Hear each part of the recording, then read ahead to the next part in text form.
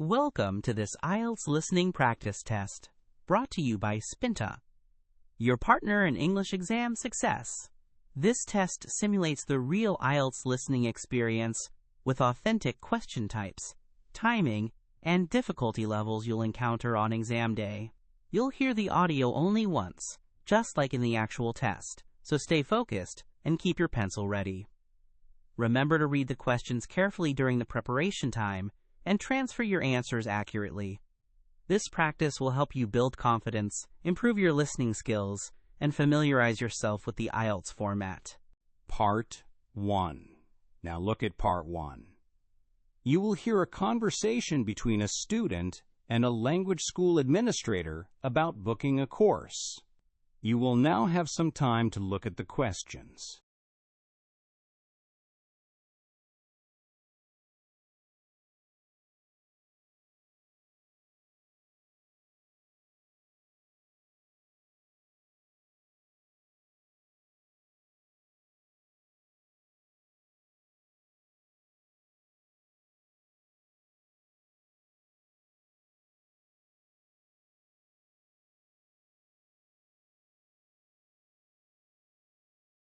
Good morning. How can I help you?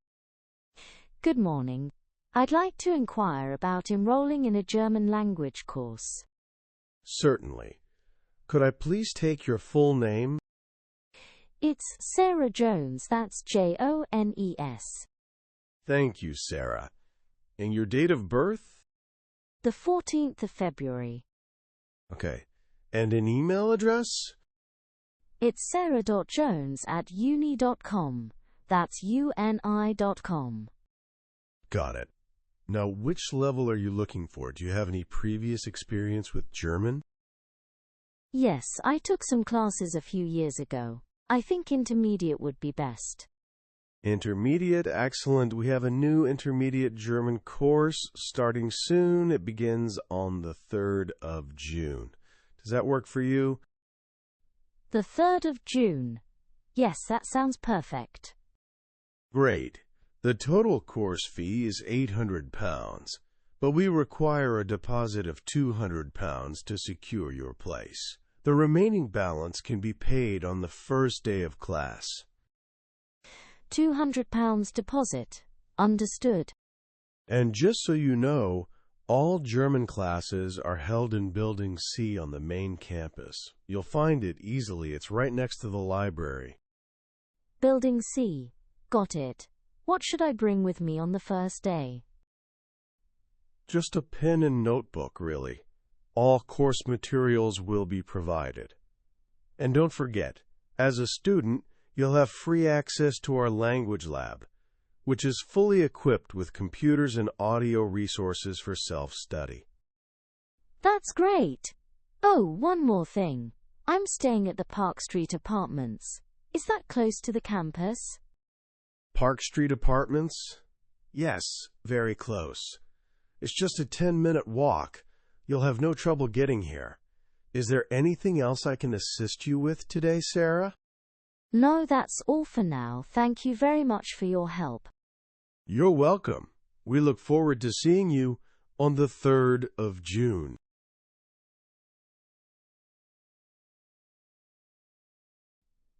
Part 2. Now look at Part 2.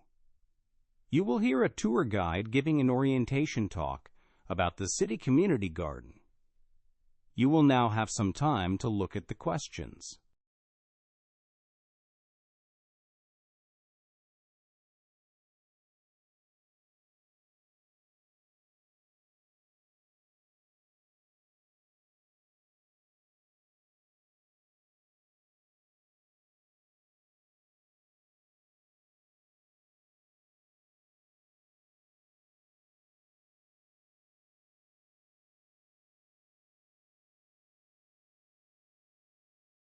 Hello everyone and welcome to the City Community Garden. My name is Mark and I'll be your guide today. It's wonderful to see so many new faces interested in our urban green space. The primary aim of this garden isn't just about growing organic vegetables, though we do a lot of that. Our main purpose is to provide a place for residents to relax, learn, and connect with nature and each other. It's a true community hub. First, let's talk about getting involved. We run regular workshops on various gardening topics, from composting to organic pest control. These used to be weekly, but we found that bi-weekly, or every 2 weeks, works better for most people's schedules. So workshops are held every second Saturday afternoon. You can check our online calendar for the specific dates and topics. Regarding equipment, we have a communal tool shed. Please make sure that if you use any tools, you sign them out first. This helps us keep track of what's available and ensures everything gets returned. We also ask that you give them a quick clean before putting them back, but the most important thing is to sign them out. Now let's take a quick walk around and I'll point out some key areas. Over here to your left is the glasshouse. This is where we cultivate our herbs and some more delicate plants that need a controlled environment, so mainly for growing herbs. Just past the glasshouse you'll see the main shed. As I mentioned, this is where all our shared gardening tools and equipment are stored. It's kept locked, so please ask a volunteer for the key if you need access. Further along, nestled amongst the fruit trees, is the pavilion. This open-air structure is used for our monthly potluck dinners, meetings and other social events. It's a great spot for gatherings. And finally, at the far end of the garden you'll notice the large wooden structures. These are our compost bins. We encourage everyone to bring their organic kitchen waste here, like vegetable peelings and coffee grounds, to contribute to our rich compost. It's essential for recycling organic waste and nourishing our soil. A few more things to remember. We use only natural pest control methods here. For instance, we introduce ladybirds to help control aphids. And we plant marigolds to deter other harmful insects. So you'll often see ladybirds around. Also, we often host small events on Saturday afternoons, sometimes with local bands playing. So you might hear some music if you're here on a weekend. Lastly, for those interested in having their own plot, there's a waiting list. We allocate new plots at the beginning of spring, and the deadline to apply is the end of April. Make sure you get your application in by then if you're keen. Any questions?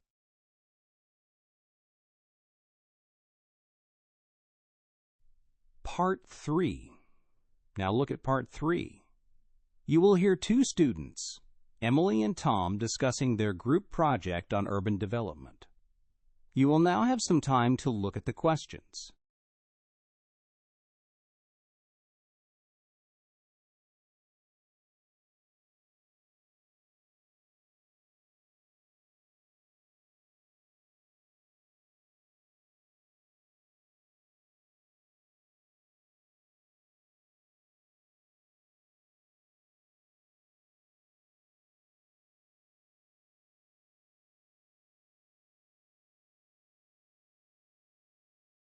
Hi, Tom. Thanks for meeting up to discuss our urban development project.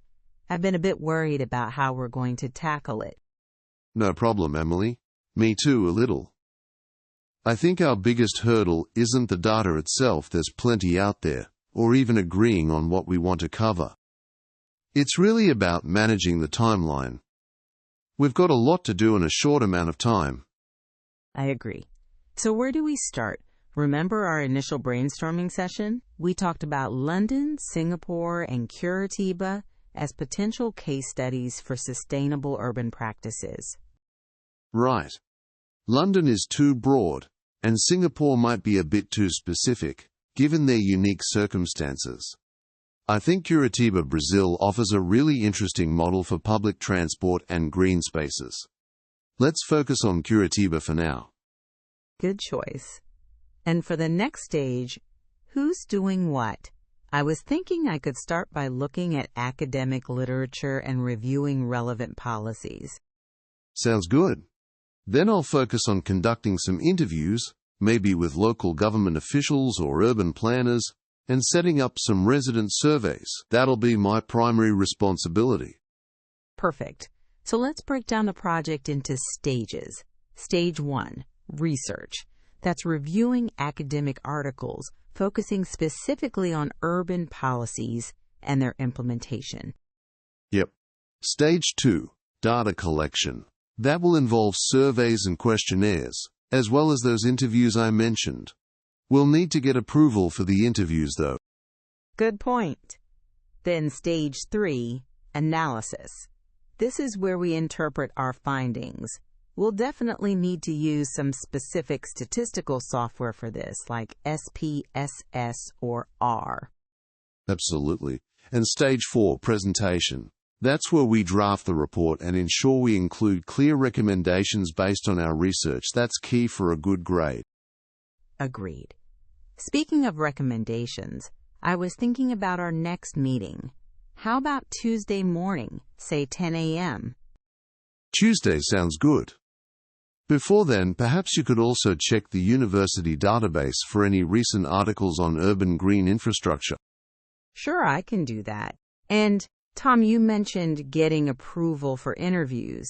Maybe we should prepare a brief summary of our project aims for the supervisor, just to streamline that process? That's a smart idea, Emily. A brief summary would definitely help. We should aim to have that ready by our Tuesday meeting. Excellent. I feel much better about this now. Thanks. Me too. See you then.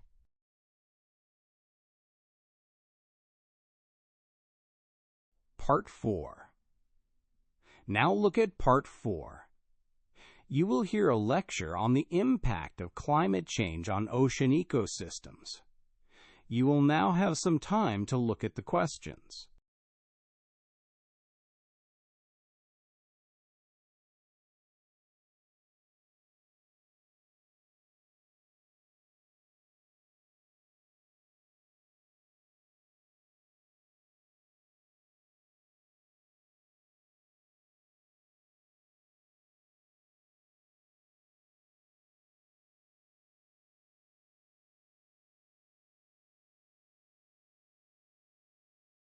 Good morning, everyone.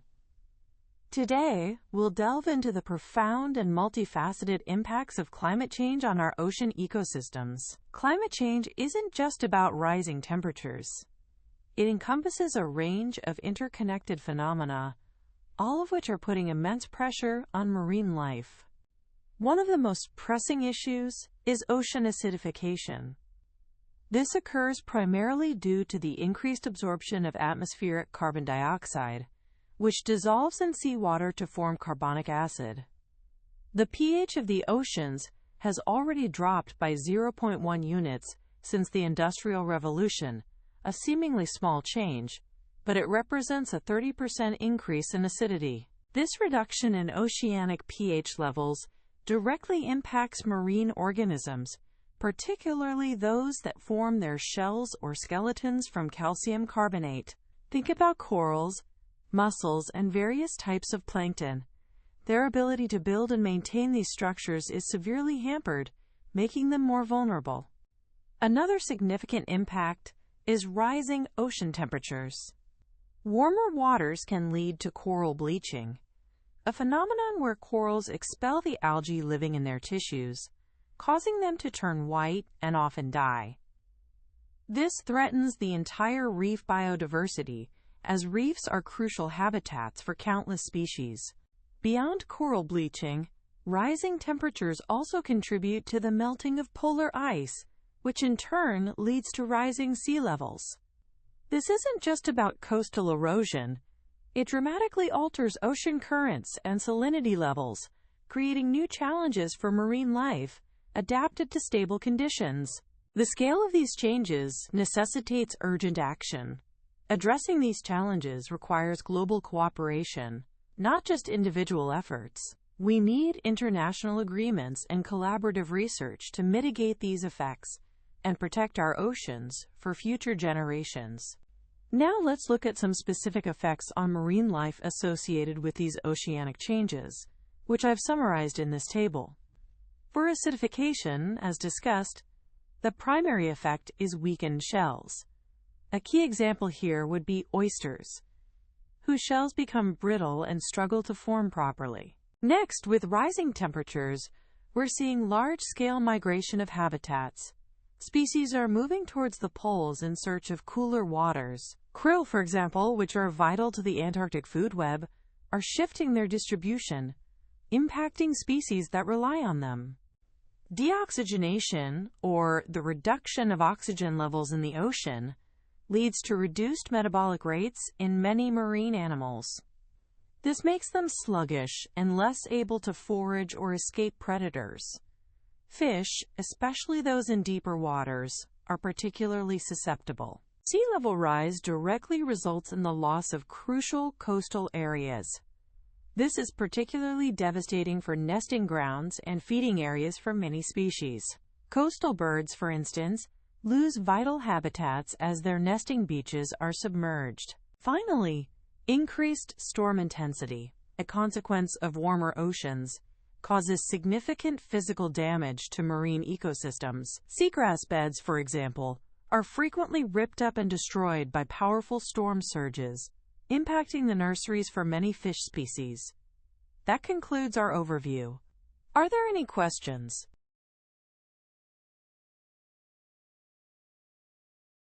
And pencils down, you've survived another IELTS listening marathon. If your brain feels like it just ran a mental obstacle course, congratulations. That means you're doing it right. Want to torture yourself with more tests? We mean enhance your skills? Head to Spinta.org. That's Spinta.org,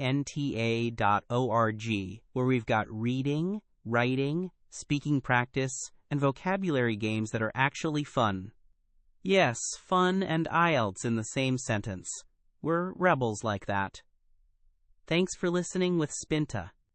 Now go treat yourself to something nice. You've earned it. Spinta. Push forward. Achieve more.